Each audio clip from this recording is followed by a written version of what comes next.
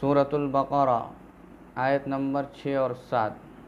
तर्जमा: बेशक जिन लोगों ने कुफ्र अपना लिया है, उनको डराएं या न डराएं, वो ईमान नहीं लाएंगे।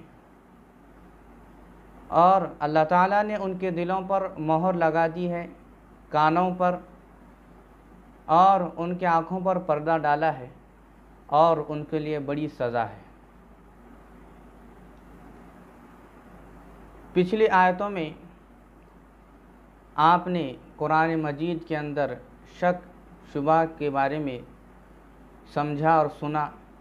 कुरान मजीद ऐसी किताब है जिसके अंदर ज़र्रा बराबर भी शक शुबा नहीं है, ला रैब फी। और ये मुत्तक़ियों के लिए हिदायत है। और मुत्तक़ी कौन होते हैं, उसकी अलामतें आपने सुन लिया है। पिछली वीडियो में आप सुन सकते हैं कि मुत्तक़ी की क्या क्या अलामतें हैं। और अल्लाह ताला ने उन्हीं लोगों के बारे में फ़रमाया कि वही लोग हिदायत पर हैं और कामयाबी पर हैं। उसके बाद अल्लाह ताला ने उन काफिरों के बारे में फ़रमाया जो अपने कुफ्र के अंदर बड़े सख्त हैं। और काफिरों के अंदर दो किस्म के लोग हैं। एक वो जो अपने कुफ्र का इजहार करते हैं, ज़बान से भी और दिल से भी, जिनको इजहार करने के बाद काफिर और मुशरिक कहा जाता है। लेकिन एक काफिर वो हैं जो अपनी ज़बान से तो इजहार नहीं करते अपने कुफ्र का, लेकिन दिल के अंदर कुफ्र होता है और ज़बान से कहते हैं कि हम मुसलमान हैं। ऐसे लोगों को मुनाफिक कहते हैं। तो इन दो लोगों का अल्लाह ताला तज़किरा कर रहे हैं, मुनाफिक और काफिर का। आइंदा वीडियो में इंशाअल्लाह हम मुनाफिकीन के बारे में जो अल्लाह ताला ने इरशाद फरमाया है उसकी तफसीर करेंगे।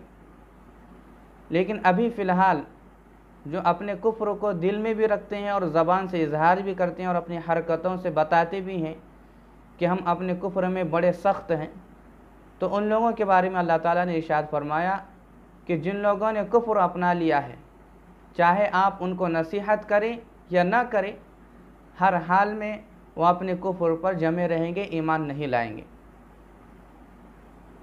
लेकिन यहाँ पर ये नहीं सोचना है कि जब इनको हिदायत मिलने वाली नहीं है तो फिर इनको समझाने का क्या मतलब, इनको समझाना ही छोड़ देना चाहिए। नहीं, आप सल्लल्लाहु अलैहि वसल्लम को इसका हुक्म नहीं मिला है कि आप इनको समझाना छोड़ दें, बल्कि यही बताया गया है कि ये अपने कुफ्र पर जमे रहेंगे। आप इनके बारे में ज़्यादा फ़िक्र में ना रहें, ज़्यादा अपने आप को इनकी फ़िक्र की वजह से परेशानी में मुब्तला ना करें। लिहाजा जहाँ बात पहुँचाना आपके लिए ज़रूरी था, आपने बात पहुँचाया, बाकी हिदायत अल्लाह के हाथ में है। तो क़यामत तक आने वालों के लिए यही हुक्म है कि बात हर एक तक पहुँचाना है, और हिदायत अल्लाह देंगे, जिसको चाहता है अल्लाह ताला हिदायत देंगे, जिसको महरूम करना है महरूम करेंगे।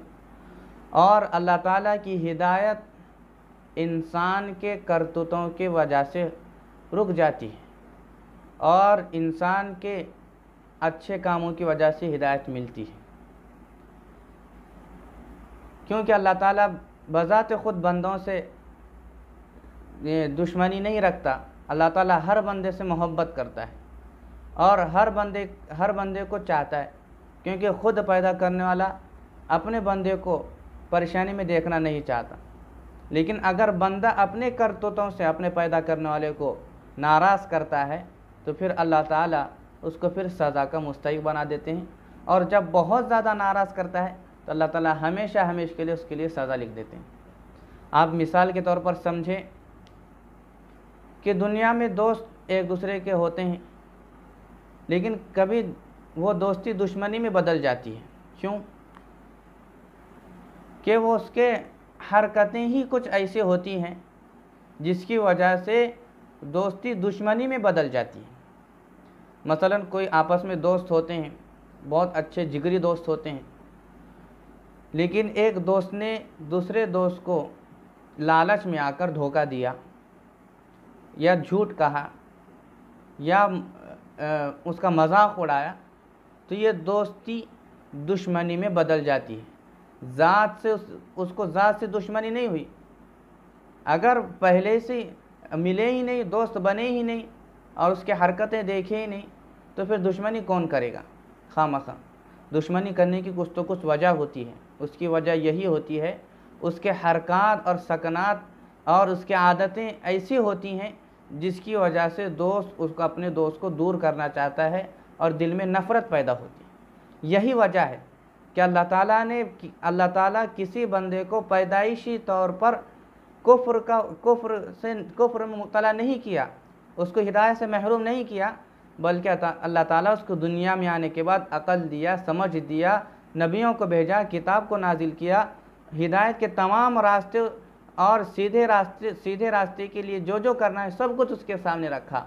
उसके बावजूद इन तमाम बातों का इनकार करता है, अल्लाह को झुटलाता है, कुरान को झुटलाता है, नबी को झुटलाता है और इसी दुनिया की चीज़ों को माबूद समझने लगता है, तो फिर अल्लाह ताला इसकी हरकत की वजह से इसको हिदायत से महरूम करते हैं।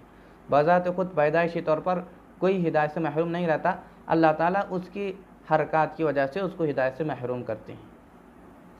तो ख़ुद उसका कुफ्र और शिर्क उसको हिदायत से महरूम करता है, अल्लाह नहीं करते, अल्लाह अपनी तरफ निस्बत करते। यही वजह है कि दोस्त कहता है कि मैंने इससे दुश्मनी की, मतलब ये नहीं होता कि उसकी ज़ात से दुश्मनी की, बल्कि उसके हरकत और उसके बुरी आदतों की वजह से उससे दुश्मनी है। बात समझ में आ गई होगी। फिर अल्लाह ताला क्या करते हैं, अब उसके सामने हिदायत खुलती क्यों नहीं और उसको बात समझ में आती क्यों नहीं? अल्लाह ताला कैसी सज़ा दुनिया के अंदर देते हैं।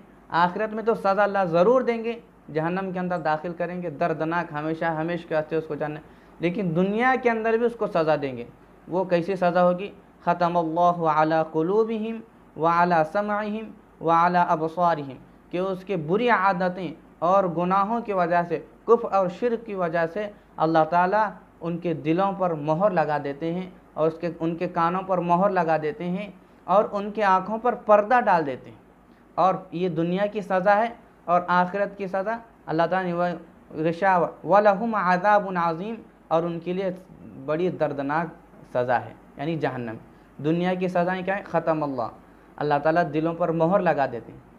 कोई भी चीज़ को मोहर लगाई जाती है इस वजह से कि बाहर की चीज़ अंदर दाखिल नहीं होगी।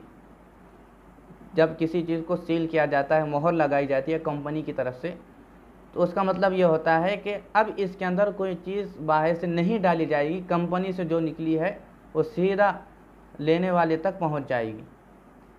अगर कोई चीज़ डालेगा तो मोहर टूट जाएगी। तो अल्लाह ताला उनके दिलों पर मोहर लगा देंगे और उनके कानों पर, यानी उनके कान अच्छी आदत, अच्छी आवाज़ को कबूल नहीं करेंगे और न दिल कबूल करेगा, और आँखें अल्लाह की कुदरतें देखने के साथ साथ और आप सल्लल्लाहु अलैहि वसल्लम के मुअजिज़े देखने के साथ साथ भी उसको जादू कहेंगे, उसको कोई और नाम देंगे और हिदायत से महरूम रहेंगे।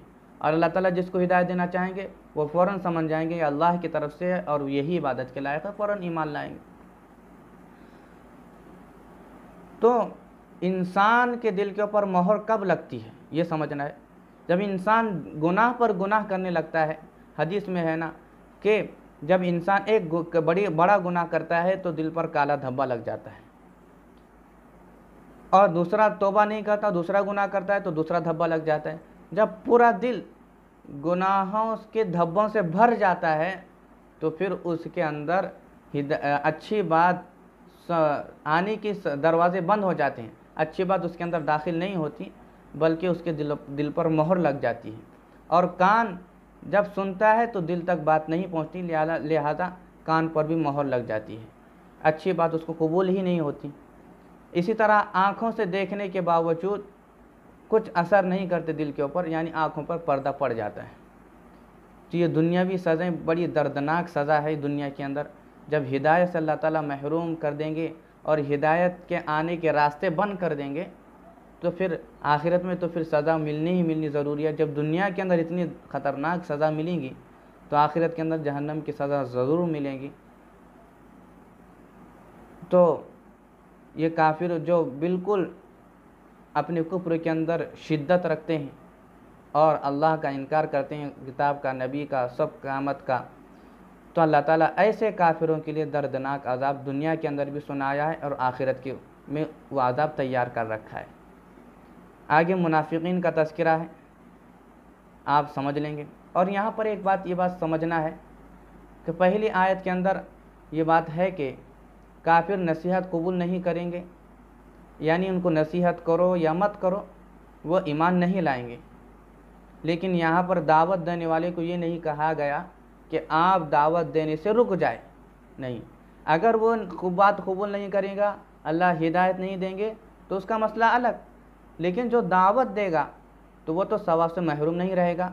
जितनी मर्तबा उसको दावत देगा अल्लाह ताला उतना ही उसके नामाए आमाल में सवाब लिखेंगे और उसके दर्जात बुलंद करते रहेंगे। इसलिए दावत देने वाले को रुकना नहीं चाहिए, मायूस नहीं होना चाहिए, हर वक्त ज़िंदगी भर उसको दावत देते रहें और हिदायत की उम्मीद करते रहें। हिदायत अल्लाह उसको नहीं देंगे तो हमारा कोई नुकसान नहीं होगा, बल्कि हमारा फ़ायदा होता रहेगा। अल्लाह ताला हमें हर वक्त अल्लाह के बंदों को दीन की दावत देने की तौफीक नसीब फरमाए और मरते दम तक अल्लाह ताला हम तमाम को और क़यामत तक आने वाले तमाम मुसलमानों को कुफ्र और शिरक जैसे बड़े अमराज से महफूज फरमाए। दुनिया व आखिरत में अल्लाह ताला हम तमाम को कामयाबी नसीब फरमाए।